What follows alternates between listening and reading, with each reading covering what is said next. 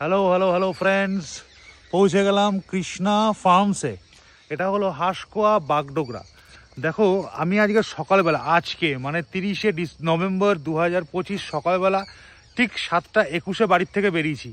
আর এখন অলমোস্ট 5টা বাজে, 5টা 10-15 হবে। আমি কিন্তু রানাঘাট থেকে এই উত্তরবঙ্গের হাঁসকোয়া মানে বাগডোগরা পৌঁছে গেলাম।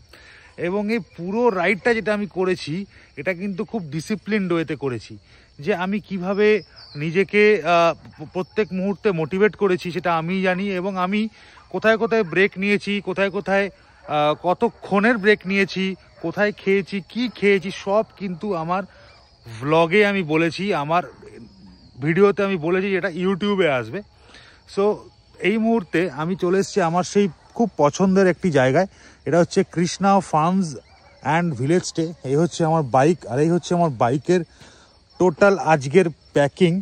ওকে, আর এই হচ্ছে ফার্ম স্টের পুরো জায়গাটা কত সুন্দর লাগছে। দেখো, এই জায়গাটা যদি তোমরা দেখো তাহলে দেখবে পুরো জঙ্গল, একদম ডেন্স ফরেস্ট আছে এই এরিয়াটা।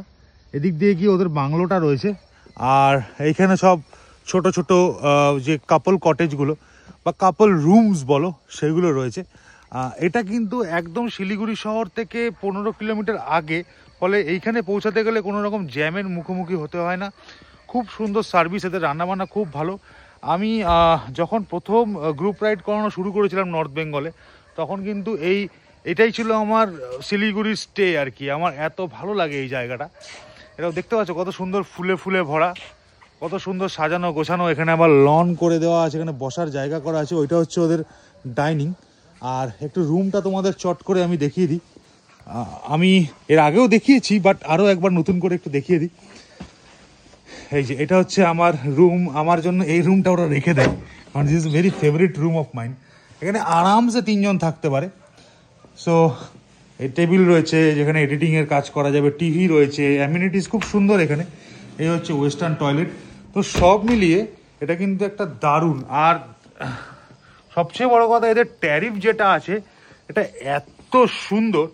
এখানে কিন্তু 3 টাইমস ফুড দিয়ে স্টে কিন্তু পার হেড মাত্র 800।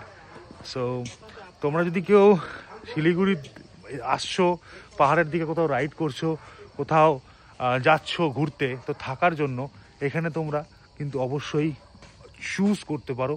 এবং এখানে থাকলে এখানকার হসপিটালিটি, এখানকার পরিবেশ, এখানকার সব কিছু কিন্তু তোমাদের খুব ভালো লাগবে। সব থেকে বড় কথা যেটা, বাগডোগরা এয়ারপোর্টের একদম পাশেই এই প্রপার্টিটা। ফলে প্রত্যেক 10 মিনিট অন্তর দেখবে ঠিক এর উপর দিয়ে একটা প্লেন যাচ্ছে।